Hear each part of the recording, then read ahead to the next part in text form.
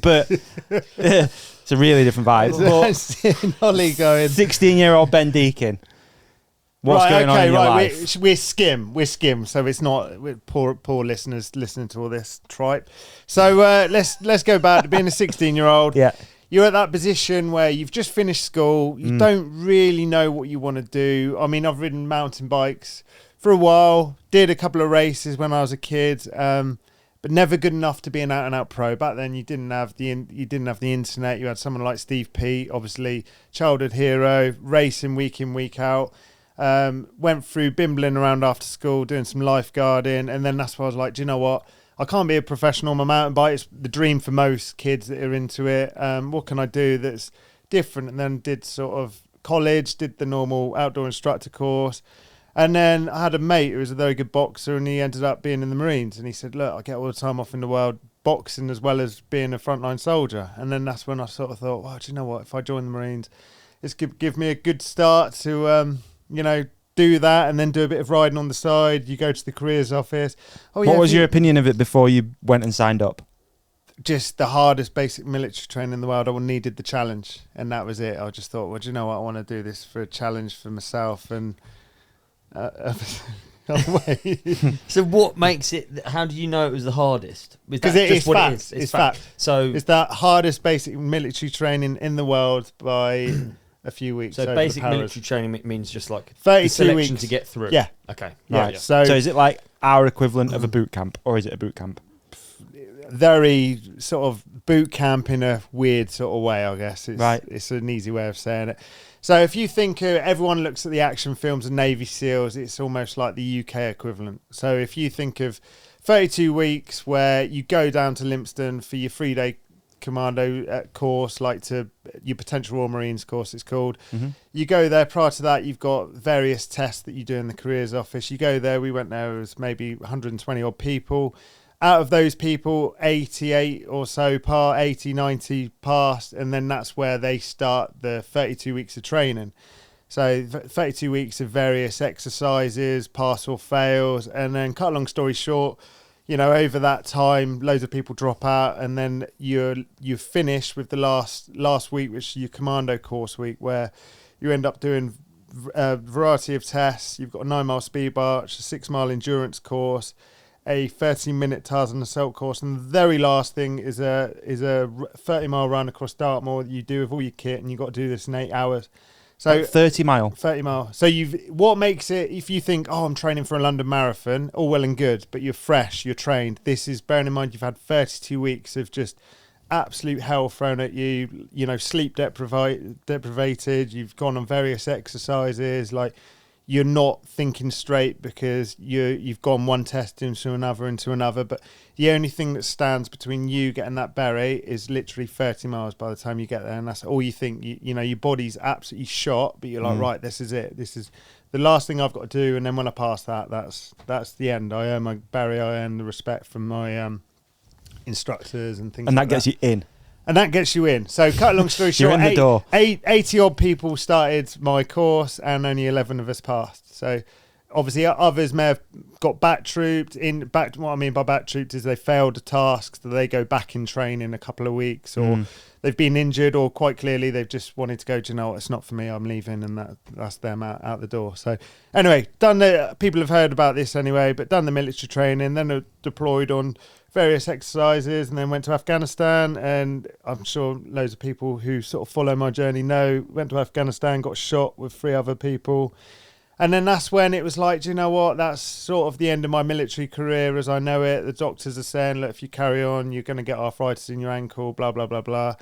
And then that's where I almost took a sort of year out of my thing. I was still racing throughout this. I was racing as an elite downhill racer, but... So you come back off? Come back off, like leave and things, but it's very different. It's not like...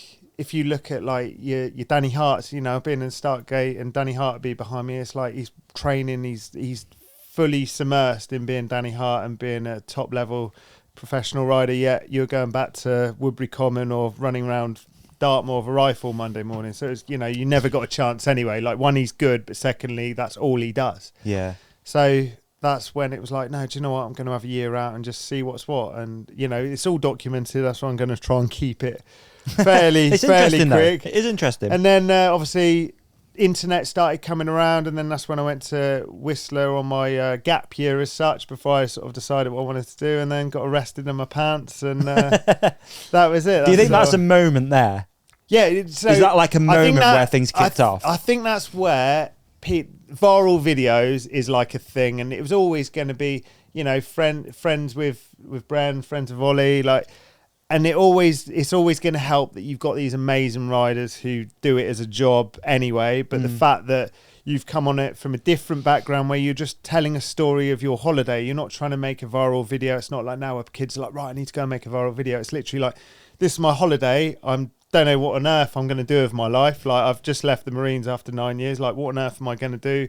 Let's have a holiday, see what happens. And as it happened, like, following the likes of Bren, Ollie, Danny, whatever, and then all of a sudden getting arrested in your pants, it's going to be different to your normal person shredding a berm. So that's exactly what happened. Was there a point, like, during that period that you ever thought about going back and doing, like, I guess it wouldn't have been the same. It wouldn't have been, like, deployment, would it? What would it have looked like? So in the Marines, it's very different as far as if you're downgraded, you can't just be a storeman or anything like that, because everyone in the Marines is frontline deployable. If you join the army, you could potentially be a clerk, you could be a chef, and that's your job. But in the Marines, it's all in-house. So whether you're a sniper, PTI, whatever, like everyone sort of mix and matches, and you're all frontline deployable. So can you also give a basic summary of what the difference is between being a Royal Marine Commando and an Army Infantry? You're doing this deliberately. There's no, I'm interested. I have no idea. It's basically the level of training, and even I'm sure a number of Army or Pongos, as they're known, wherever the Army goes, the Pongos, they're sort of know deep down that ours is the hardest training in the world. Like, facts speak for themselves. We're almost aligned with the paratroopers. They've got a very similar sort of training that's why you generally see after the various exercises and operations, you generally see that a lot of the paras go to the SES, whilst the Marines will generally go to the SBS. But people will chop and change. Some people go to the SAS, SBS, whatever.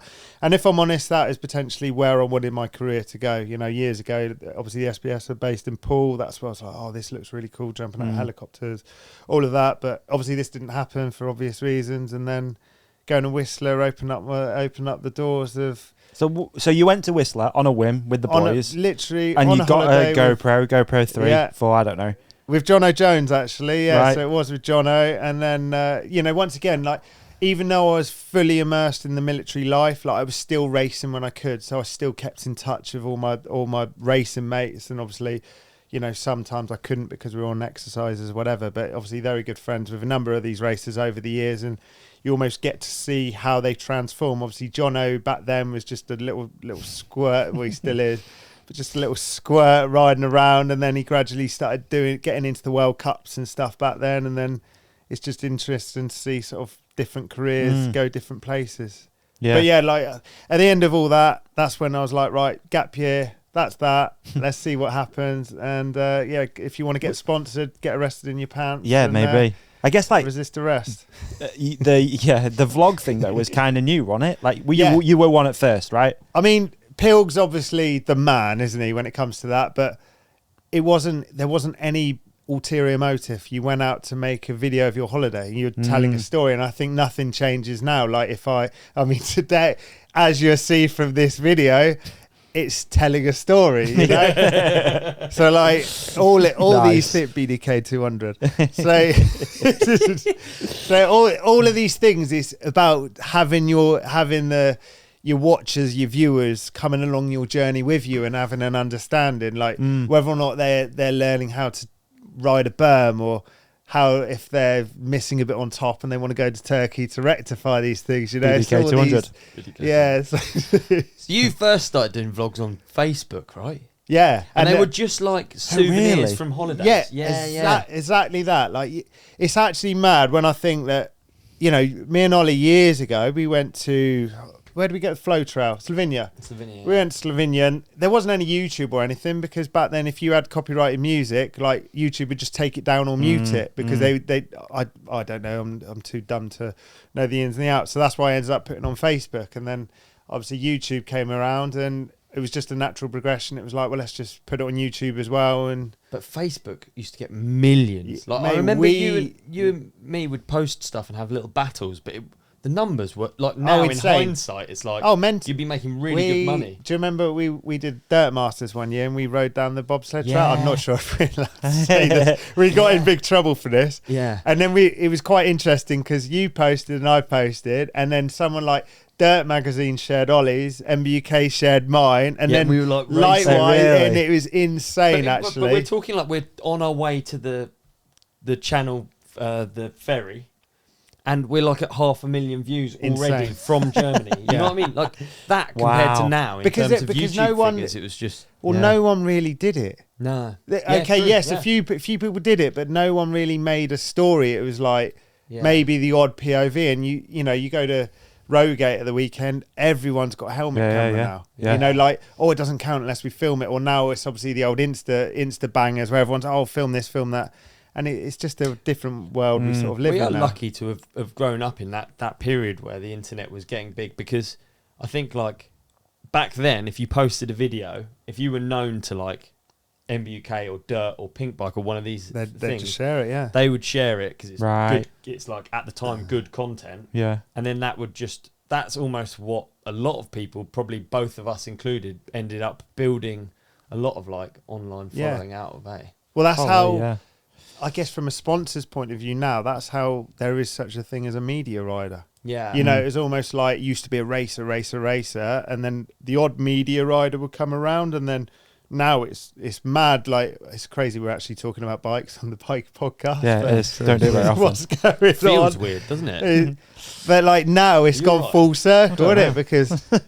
How many racers now are probably going to struggle, or how many racers have been told to, right, you need to create a YouTube channel, or you need to do something because racing isn't really getting what it should be. Or there's going to be this kind of need to do stuff like Bernard or Moi Moi are doing, where you're racing at the very highest level and you're also putting out like... And still a media output, which is insane. Yeah. I love watching both of those guys' content as well, because it's like...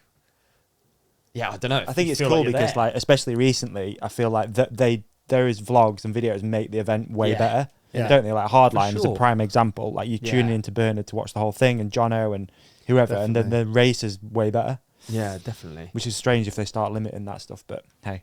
If you want to see more, just click here, is it? It's up there. Should be up there. About there. Yeah, about there. And then there's other ones here. Other ones there that you might like. We're all looking after each other, and that's Christmassy, and that's the Ride Companion.